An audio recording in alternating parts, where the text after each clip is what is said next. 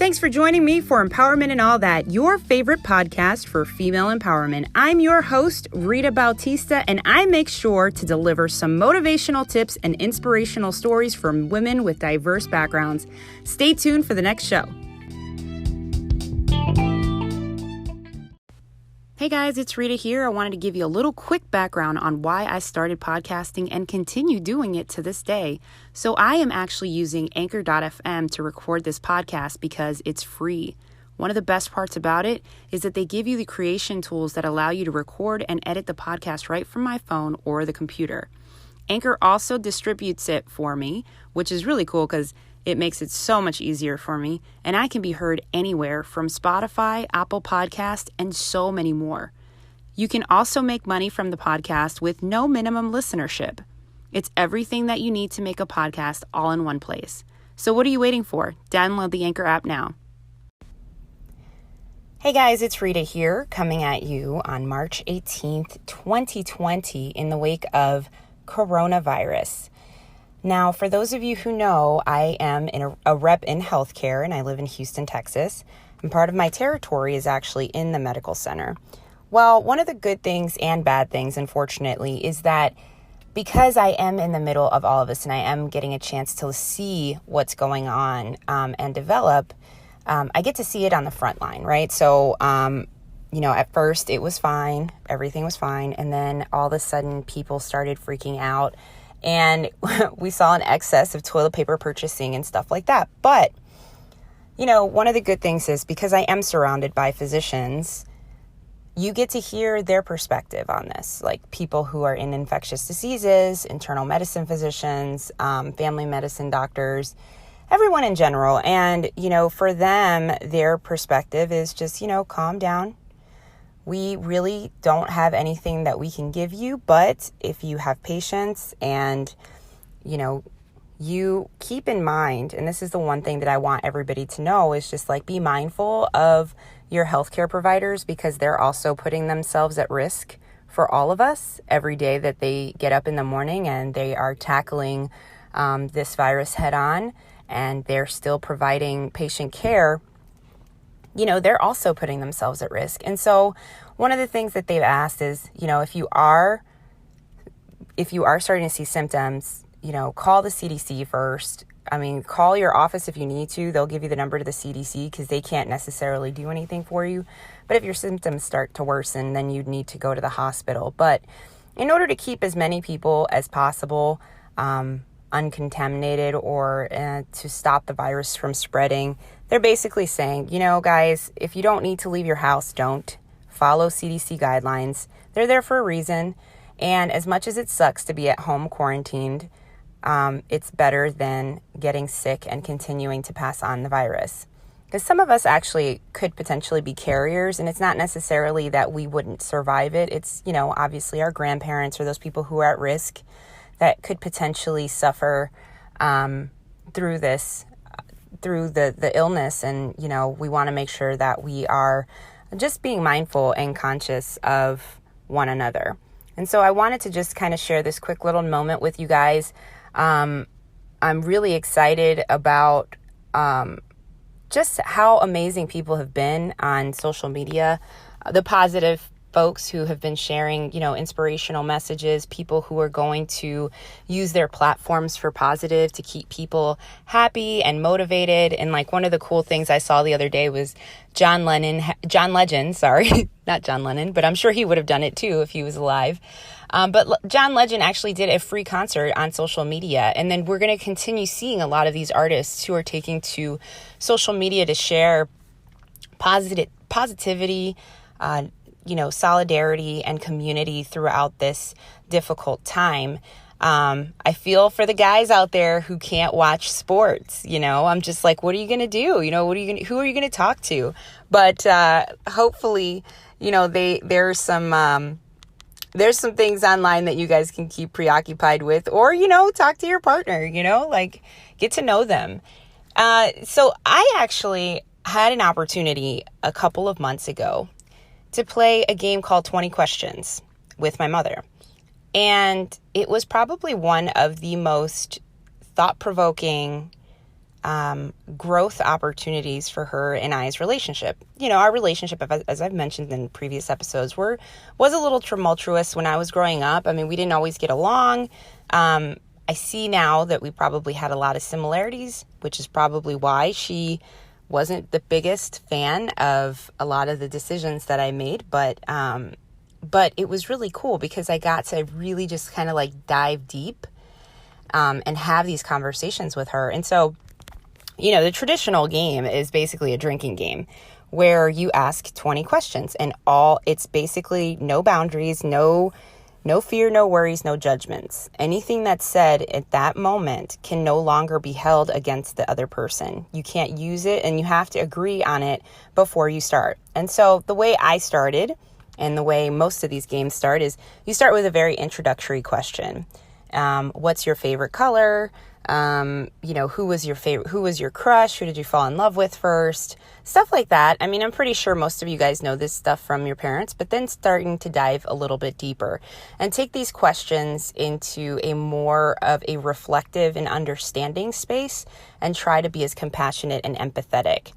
So what I took from the situation was that I think at times we give our parents these godlike perspectives, these godlike figure, role model ideals, like as if they can do no wrong because they teach us to do no wrong, or they tell us that we can't do things a particular way, when all the time they're really just trying to make sure that you don't repeat the mistakes that they've made. And it was really insightful because I got to understand what her perspective was when she was raising us. It's one thing to sit there and to blame your parents for the way that they raise you, but it's another thing for you to actually dive into their minds, into their psyche, and find out exactly why they were reacting in those spaces or why they chose to be a certain way with you. And, it's pretty amazing to see that. So what was great and what I took away from this, right? We started off, like I said, very basic conversations with the introductions and, who did you fall in love with first? And then we dove deeper. And what I love about this time that we are in right now is if you're already in quarantine and you have no other choice but to talk to people, pick up the phone and you have the extra time, pick up the phone and call someone that you haven't talked to in a while. Let it be like a college friend or a parent. And maybe don't do the full-blown 20 questions. Maybe break it up into 5 questions a day. And that way it gives you something to look forward to and you add it to the part of your routine. So we did this over a span of 3 days when she was visiting. But what was great was that when we came to like the deep dive questions, right? So I asked her, what would you have done differently? What would you wish you would have done differently as a mother? When a child asks a parent, what do you wish you would have done differently? It basically puts them in a very humanized position, right? Because they don't ever want their kids to look at them like as if they didn't do everything in their power to raise them the right way or to do the best that they could to give them the best or to provide for them. And it was really insightful because as difficult as our relationship may be, as many times as we could get into a fight or as many times as we don't talk to each other, if I go back to that space of humanizing the person, it really gives me an opportunity to be empathetic and to walk away in moments when situations are going to get bad, but I know that it's going to turn around. So her response was basically, she wishes that she would have been able to provide a father figure there in the household full time, and she would have had patience, a little bit more patience with my father, which I thought was really interesting, but not in the sense of in that space of not in the sense of companionship, but more of like in the space of how it transformed the person that I became in the long run.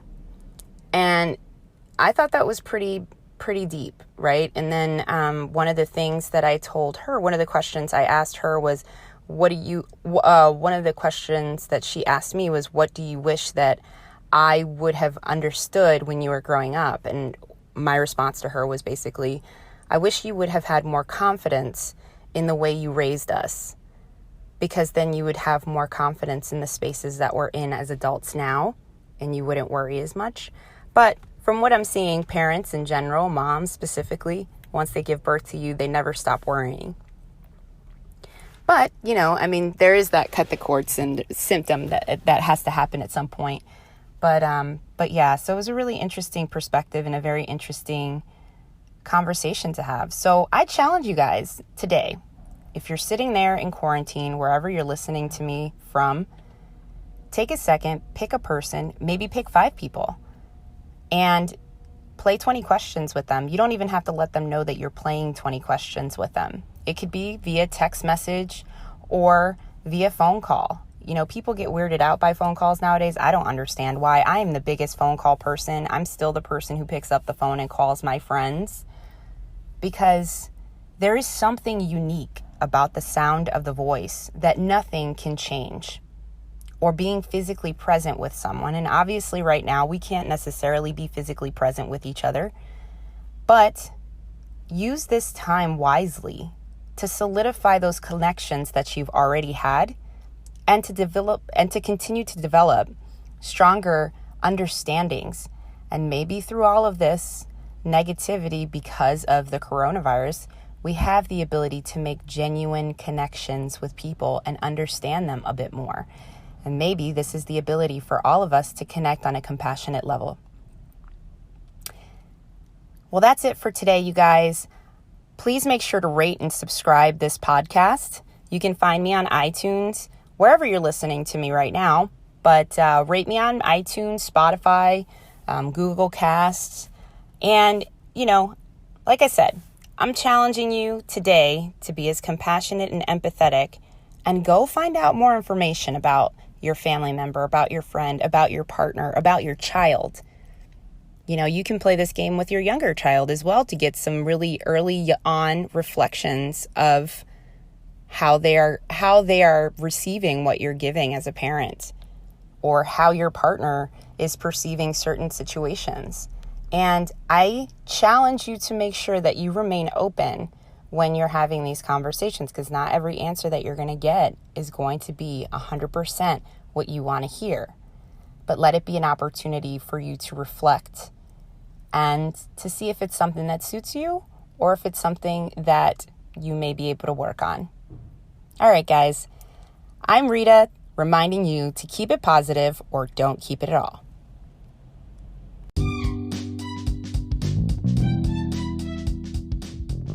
Hey guys, it's Rita here with Empowerment and All That, thanking you for tuning in to another episode of your favorite podcast for female empowerment. Make sure to rate and subscribe this podcast to make it accessible to everyone else. And remember, keep it positive or don't keep it at all. Till the next time.